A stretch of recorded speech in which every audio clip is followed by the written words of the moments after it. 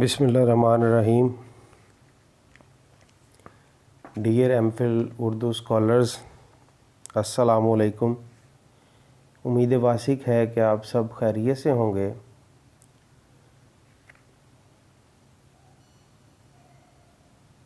مقالہ نگاری کے اس پرچہ میں آج کے لیکچر میں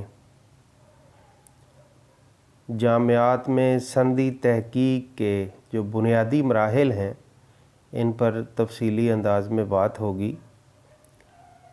تو سندی تحقیق سے مراد جامعات میں M Phil P H D کے لیے کی جانے والی تحقیق ہے. یہ تحقیق اپنے مزاج، معیار اور طریقہ کار کے اعتبار سے غیر سندی تحقیق سے مختلف ہوتی ہے. یہاں اسکالرز آزاد نہیں بلکہ پابند رہ کر کسی تفویض کردہ تحقیقی منصوبے پر کام کرتے ہیں. اول تا آخر اس تحقیقی عمل پر اگر نظر کی جائے تو واضح طور پر یہ کئی حصوں میں بٹا دکھائی دیتا ہے. اسکالرز کے لیے یہ ممکن نہیں کہ وہ اپنی مرضی سے کسی بھی حصے کو چھوڑے یا صرف نظر کرے. گویا سندی تحقیق ایک طے شدہ عمل ہے جس کا ہر مرحلہ ناگزیر اور اسکالر کے لیے کڑی آزمائش لیے ہوئے ہے.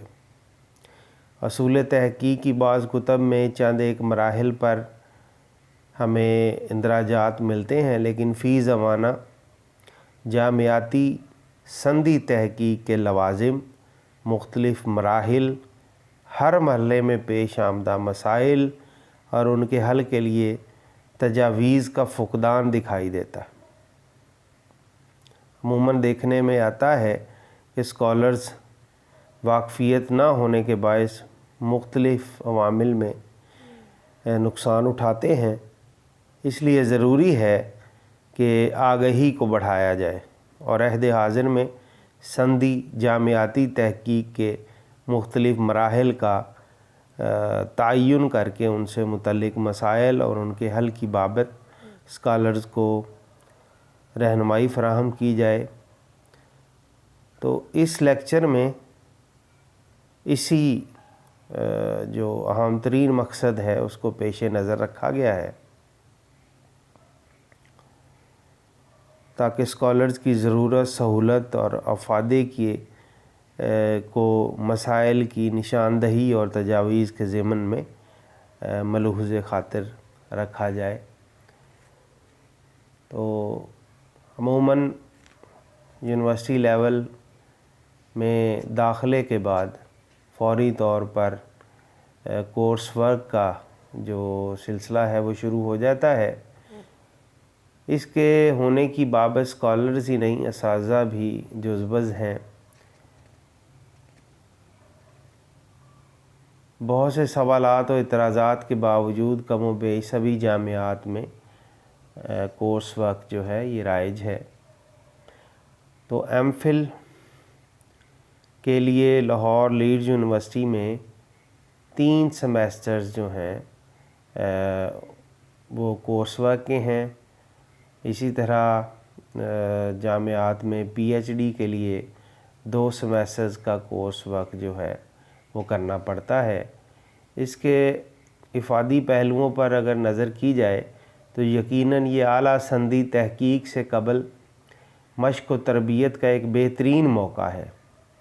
ہر یونیورسٹی نے کسی کورس کے لیے نصاب وضع کیے ہوئے ہیں اور جائزہ امتحان کا طریقہ کار بھی موجود ہے. تو مسلسل تحریری مشق کے ذریعے اسکالرز میں اکملیت یعنی پرفیکشن پیدا کرنے والے عناصر کو فوکس کیا جاتا ہے. تو تحقیقی نزاکتوں، تنقیدی ضرورتوں اور علمی متون میں زبان و بیان کے تقاضوں کو اولویت دی جاتی ہے. تو اسکالرز میں اسی اکملیت کی جو ضرورت ہے وہ دیکھی جاتی ہے اور ماخذ کی تلاش و جستجو میں دلچسپی، مطالعے کی عادت، علمی بنیادوں پر سوال اٹھانے کا رویہ، استدلالی طرز فکر اور مفکرانہ طرز بیان پر زور دیا جاتا ہے۔ کورس ورک میں کامیابی اور ناکامی کو ان زمروں میں اسکالرز کی ترقی کے مطابق طے کیا جاتا ہے۔ تو عملی مشقوں میں کامیابی کو HEC سے منظور شدہ علمی و تحقیقی جرائد میں اشاعت سے مشروط کیا جانا چاہیے۔ اس بات کو یقینی بنایا جائے کہ کورس کے اختتام پر اسکالرز خود موضوع کا انتخاب کریں، اس کا جواز فراہم کریں، مفروضہ تیار کریں اور خاکہ تیار کرنے میں انہیں مہارت حاصل ہو جائے۔ ساتھ ہی ساتھ ماخذ کی شناخت اور نقد و جرح پر بھی قادر ہوں۔ اسکالرز کو جان لینا چاہیے کہ یہ دورانیہ دراصل ان کی علمی شخصیت کو بنانے اور ترقی دینے کے لیے فراہم کیا گیا ہے۔ اس میں بہتر کارکردگی کا مظاہرہ خود ان کے اپنے حق میں بہتر ہے۔ تو کورس ورک کے بعد جو دوسرا اہم مرحلہ ہے وہ ہے خاکہ سازی۔ تو موضوع کا انتخاب اور خاکہ سازی جو ہے یہ مرحلہ اعلیٰ سنجی تحقیق میں ایک بہت اہم اور نازک مرحلہ ہے۔ یہاں عجلت اور بے احتیاطی میں کیا گیا فیصلہ اسکالرز کے لیے وبال جاں بن سکتا ہے۔ اسکالرز اس مرحلے پر سب سے زیادہ پریشانی کا شکار ہوتے ہیں۔ تو ایک طرف موضوع کا انتخاب کرنا ہوتا ہے اور دوسری طرف نگران کا۔ تو بڑا خوف یہ کہ ایک دفعہ جو موضوع طے پا گیا اور جو نگران تجویز کر دیا گیا اسے بدلنا ممکن نہ ہوگا۔ اس کے ساتھ ساتھ یہ سند لانا کہ مجوزہ موضوع پر پہلے کام نہیں ہوا، مجوزہ موضوع معیار کے مطابق ہے یا مجوزہ موضوع اہم اور لائق تحقیق ہے یا نہیں۔ تو یہ چند ایسے عوامل ہیں جو غور طلب اس مقام پر ہیں۔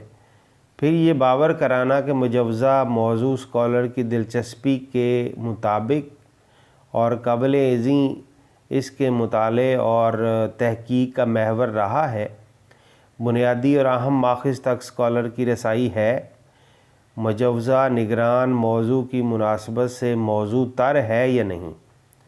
تو ان مسائل و معاملات سے عہدہ برا ہونے کے لیے اسکالرز کے پاس ایک ہی راستہ ہے کہ وہ کورس ورک کے دوران اپنی دلچسپیاں طے کر لیں، انہی کے مطابق اپنے مطالعہ کو وسیع وسعت دیں اور چند امکانی جو موضوعات ہیں ان کا چناؤ کریں، اساتذہ سے مشورہ کریں، جامعات میں تحقیق شدہ کام کی جو لسٹیں ہیں جن پر پہلے جن موضوعات پر کام کیا جا چکا ہے ان کو بغور دیکھیں اور اس حوالے سے اپنے نگران سے بھی رابطے میں رہیں۔ تو ایسے اسکالر جو یہ مشق گوارا نہیں کرتے وہ خسارے میں رہتے ہیں۔ تو موضوع کے حوالے سے تاکید ہے کہ یہ لازماً اسکالر کا اپنا انتخاب کردہ ہونا چاہیے۔ تو موضوع پر غور کرتے ہوئے سوال اٹھانا چاہیے کہ کیا موضوع اہم ہے، کیا موضوع قابل دسترس ہے، کیا موضوع ذاتی ذوق، دلچسپی اور مطالعے کے مطابق ہے یا نہیں۔ تو مثبت جواب کی صورت میں موضوع کو ایک سے زیادہ عنوانات کے تحت لکھ کر نگران کے سامنے برائے مشورہ لایا جانا چاہیے۔ بعض اسکالرز کی کوشش ہوتی ہے کہ وہ زیادہ سے زیادہ اساتذہ کو موضوع کے انتخاب کے سلسلے میں شریک کریں۔ اس سے کئی پیچیدگیاں در آتی ہیں۔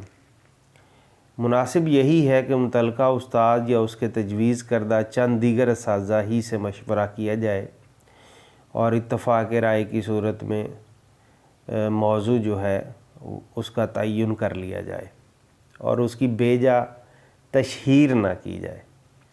تو موضوع کے انتخاب کے ساتھ ہی خاکہ ترتیب دینے کا عمل شروع ہو جاتا ہے۔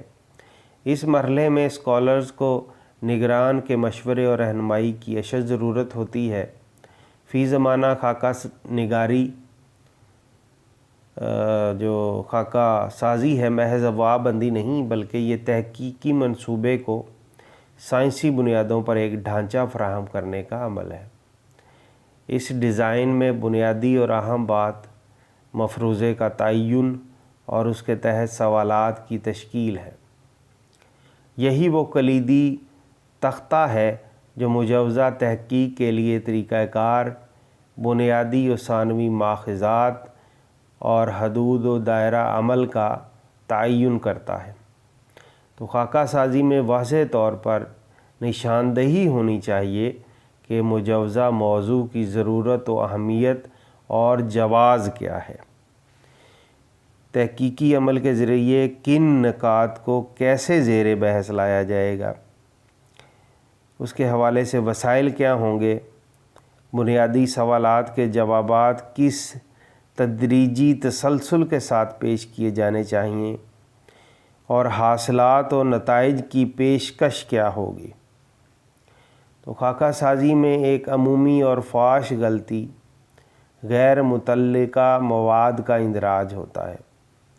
یہ اندراج موضوع کی عدم تفہیم کی وجہ سے ہوتا ہے اور مناسب تکنیک اختیار نہ کرنے کی وجہ سے اس طرح کی چیزیں جو ہیں وہ دیکھنے میں آتی ہیں۔ یہ واضح ہے کہ کسی بھی موضوع کو ایک سے زیادہ تکنیکوں کے ساتھ زیر بحث لایا جا سکتا ہے۔ اسکالر کو نگران کے مشورے سے موزوں ترین تکنیک کا انتخاب کرنا چاہیے، ساتھ ہی موضوع کی حدود کو بھی دو ٹوک انداز میں سامنے لایا جانا چاہیے۔ اس سے خاکے میں شفافیت پیدا ہوگی اور مبہم و غیر متعلقہ اندراجات کا امکان کم سے کم ہو جائے گا۔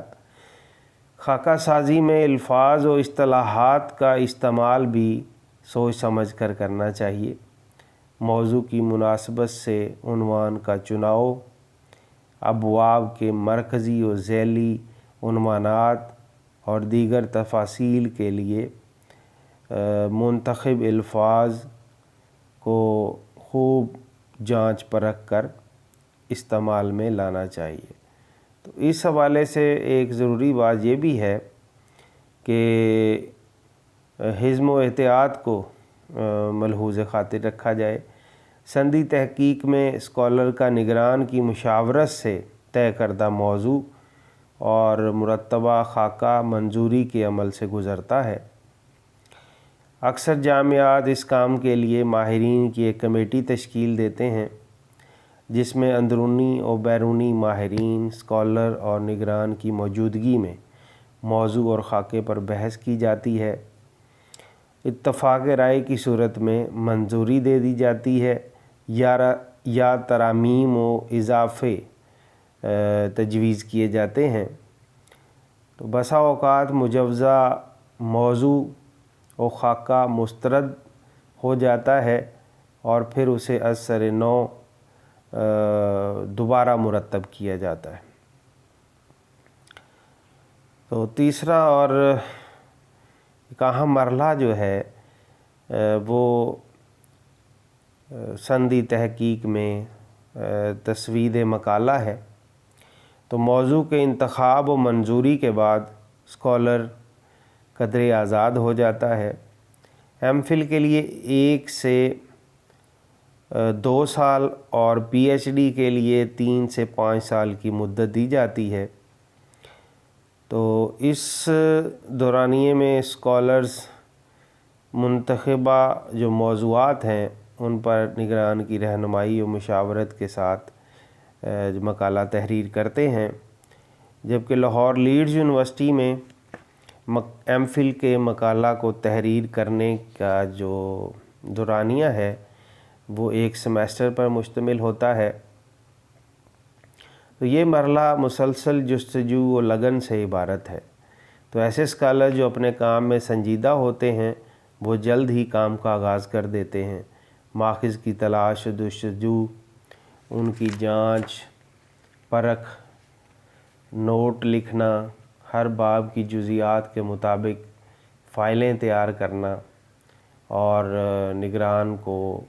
نگران سے مشورہ کرنا، ترامیم و تجاویز کے مطابق دوبارہ لکھنا اور پھر اس کی تصحیح کرنا، مسودہ بنانا اور اسے حتمی شکل دینا، یہ سب سے اہم ہے۔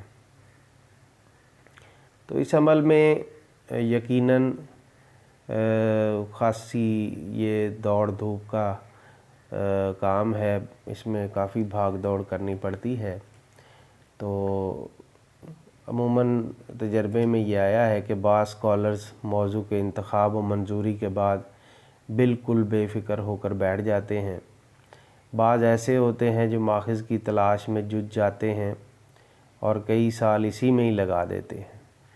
تو خیال یہ ہوتا ہے کہ سب ماخذ جمع ہو جائیں تو لکھنا شروع کیا جائے۔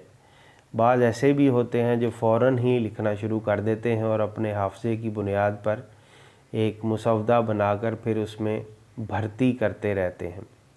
تو تینوں کا طرز عمل جو ہے، یہ جو بھی میں نے تینوں اسکالرز کے بارے میں آپ کو بتایا ہے، تو ان کا طرز عمل درست نہیں ہے۔ تو بہتر اور مناسب طریقہ یہ ہے کہ خاکہ کی منظوری کے بعد ضروری ماخذ کی فراہمی پر کچھ وقت صرف کیا جائے، پھر کچھ وقت ماخذ کا مطالعہ اور نوٹ لیے جانے چاہیے، مواد کو ایک ترتیب میں سمجھنے اور ابواب کے مطابق جو فائلیں ہیں ان کو تیار کیا جانا چاہیے اور اس کے بعد پھر لکھنے کا آغاز کیا جانا چاہیے۔ تو پہلی ہی تحریر کو حتمی تصور کرنا، یعنی اپنا جو پہلی دفعہ لکھنا ہے اس کو حتمی تصور کرنا تحقیق میں ایک بڑی غلط فہمی کے سوا کچھ نہیں ہے۔ تو حتمی لکھت تک پہنچنے سے پہلے ظاہر ہے ہمیں متعدد بار لکھنا، اس کو کاٹنا اور دوبارہ لکھنا پڑے گا۔ تو بعض اسکالرز ایک ہی بار حتمی تحریر لکھنے کے چکر میں بیٹھے سوچتے رہ جاتے ہیں اور کچھ لکھ نہیں پاتے۔ تحقیقی مقالہ لکھنے کے لیے لازم ہے کہ وقت دیا جائے، لکھنے کے لیے بیٹھا جائے، سوچ بچار کی جائے اور اس میں تسلسل کو برقرار رکھا جائے۔ بصورت دیگر مقالہ بروقت تحریر نہیں کیا جا سکے گا۔ دوسرا، اپنے لکھے ہوئے کو کاٹنے کا حوصلہ بھی ہم میں موجود ہونا چاہیے۔ تو تحقیق میں ظاہر ہے یہ جبر جتنی بار گوارا کیا جائے اتنا ہی مفید ہے، ظاہر ہے بہتری کی گنجائش جو ہے وہ موجود رہتی ہے۔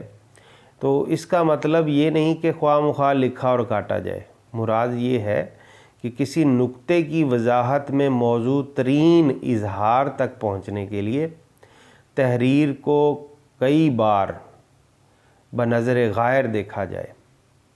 تحقیقی مقالے کا بیانیہ آزاد اور من مرضی کا نہیں ہوتا، بلکہ یہ طے کردہ موضوع پر طے کردہ حدود و قیود کے مطابق یہ پیش کیا جاتا ہے، جس میں ذاتی ذوق، وجدان اور احساس جمال کا عمل دخل نہ ہونے کے برابر ہوتا ہے۔ تو اس لیے مقالہ لکھنے کے لیے ذہن کو چاق و چوبند کرنا بہت اہم ہے۔ سستی و بیزاری کے ساتھ سطحی کوئی ادبی کام تو کیا جا سکتا ہے، لیکن مقالہ جو ہے وہ تحریر نہیں کیا جا سکتا۔ تو مقالہ نہ لکھ سکنے کی دیگر وجوہ میں مواد کی فراہمی، لکھنے کی مشق کا نہ ہونا، متعلقہ موضوعات میں دلچسپی نہ ہونا، موضوع کا پیچیدہ ہونا اور ذاتی مصروفیات بھی جو ہیں وہ شامل ہو سکتی ہیں۔ تو ان مسائل پر اپنے پختہ ارادے اور مناسب حکمت عملی کے تحت ہم قابو پا کر بہتر نتائج جو ہیں وہ مرتب کر سکتے ہیں۔ تو اس حوالے سے آپ نے اس بات کو بھی یاد رکھنا ہے کہ متعینہ مدت جو ہے، یعنی کہ آپ کے لیے 6 ماہ کا جو ٹائم پیریڈ ہے، جو ایک 6 ماہ یا ایک سیمیسٹر کا جو ٹائم پیریڈ ہے، اس میں مقالہ لکھ کر جمع نہ کروانے والے جو اسکالرز ہیں، ظاہر ہے ان کی رجسٹریشن جو ہے وہ بھی منسوخ کی جا سکتی ہے۔ تو اس لیے جو ایک سیمیسٹر آپ کو دیا جائے ایم فل کا مقالہ لکھنے کے لیے، تو آپ اسی ٹائم میں بر وقت اپنا جو مقالہ ہے اس کو تحریر کر کے جمع کروائیں گے۔ تو جو آخری مرحلہ ہے سندی تحقیق کے حوالے سے وہ زبانی امتحان کا ہے۔ تو مقالے کی تکمیل کے بعد زبانی امتحان کا مرحلہ آتا ہے۔ تو یہ نگران کی ذمہ داری ہے کہ وہ مقالے میں متن کی صحت اور دیگر تکنیکی امور پر نظر رکھے۔ مقالہ اگر کمپوز شدہ نہ ہو تو کمپوزنگ کے بعد دوبارہ نگران کو دکھایا جانا چاہیے۔ مقالے کا متعلقہ یونیورسٹی کے طے کردہ پیشکش کے طریقہ کار کے مطابق ہونا بہت لازم ہے۔ بصورت دیگر یہ مقالہ جو ہے یہ قابل قبول نہیں ہوگا۔ تو نگران اگر مقالے کے معیار سے مطمئن ہو تو وہ ایک تصدیقی سرٹیفکیٹ جاری کرتا ہے، جس کی بنیاد پر اسکالر مقالے کو مزید پرکھ اور منظوری کے لیے یونیورسٹی کے حوالے کرتا ہے۔ تو ایم فل کے تحقیقی مقالہ جات اندرون ملک کے ماہرین کو بھجوائے جاتے ہیں، جبکہ پی ایچ ڈی کے مقالے کو جانچ کے لیے بیرون ملک 2 ممتحین اور اندرون ملک کے 2 جو ماہرین ہیں ان کے پاس بھیجا جاتا ہے۔ تو مثبت رپورٹس آنے پر زبانی امتحان کا مرحلہ آتا ہے، جس میں اسکالر سے متعلقہ ماہرین اس کی تحقیق کی بابت سوال کرتے ہیں۔ تو مثبت نتائج کی صورت میں اسکالر مطلوبہ سند کا حقدار ٹھہرتا ہے۔ تو مقالہ جمع ہونے کے بعد اس کی پرکھ کا عمل سست روی سے آگے بڑھتا ہے۔ تو بعض جامعات میں یہ مرحلہ چند ہفتوں یا مہینوں پر محیط ہوتا ہے۔ اس کے بعد زبانی امتحان کا انعقاد کیا جاتا ہے۔ تو زبانی امتحان میں یونیورسٹی کے اساتذہ کے ساتھ جو ماہرین ہیں ان کو بلایا جاتا ہے، جن کے پاس مقالہ جانچ پرکھ کے لیے بھیجا گیا تھا۔ تو بعض اسکالر جو بولنے میں طاق نہیں ہوتے اس مرحلے پر سخت پریشانی میں مبتلا ہوتے ہیں، اور ایسے اسکالرز بھی تکلیف اٹھاتے ہیں جنہوں نے اپنے موضوع کو بہتر انداز میں سمجھا نہیں ہوتا۔ تو اکثر مشاہدے میں آیا ہے کہ اسکالرز ہچکچاہٹ کے باعث اپنی تحقیق کے بارے میں بنیادی جو سوالات ہیں ان کے جوابات نہیں دے پاتے، تو نتیجے کے طور پر ناکام رہتے ہیں۔ اس مرحلے پر ضروری ہے کہ اسکالرز پر اعتماد اور حاضر جواب ہوں۔ مقالہ لکھنے کے مقابلے میں وہ ایک بالکل مختلف تجربہ ہے، یعنی زبانی امتحان جو ہے وہ مقالہ لکھنے کے مقابلے میں ایک بالکل مختلف تجربہ ہے، لہٰذا اس کے لیے الگ سے تیاری کی ضرورت ہے۔ تو آج کے لیکچر میں ہم نے چند بنیادی عوامل پر بات کی ہے، جس میں مقالہ نگاری میں ظاہر ہے یہ 4 بنیادی عوامل ہیں، یعنی سب سے پہلے کورس ورک ہے۔ تو 3 سیمیسٹرز جو ہیں کورس ورک مکمل کر لینے کے بعد آپ کو ریسرچ ورک کے لیے رضامندی کا فارم جمع کروانا پڑتا ہے۔ اگر آپ ریسرچ ورک کے اہل ٹھہرتے ہیں تو تب ہی آپ کو خاکہ سازی اور پھر تسوید اور پھر زبانی امتحان کے مراحل سے گزر کر آپ کو جو سندی تحقیق ہے اس کی سند جو ہے وہ دی جاتی ہے۔ تو ان مراحل کو اچھی طرح سمجھ لینا چاہیے تاکہ آپ اپنا جو تحقیقی مقالہ ہے اس کو بروقت جمع کروا سکیں اور سند جو ہے آپ کو دی جا سکے۔ تو اس کے ساتھ ہی ناچیز کو اجازت دیں، انشاءاللہ پھر ملاقات ہوگی ایک نئے موضوع کے ساتھ۔ والسلام، خدا حافظ۔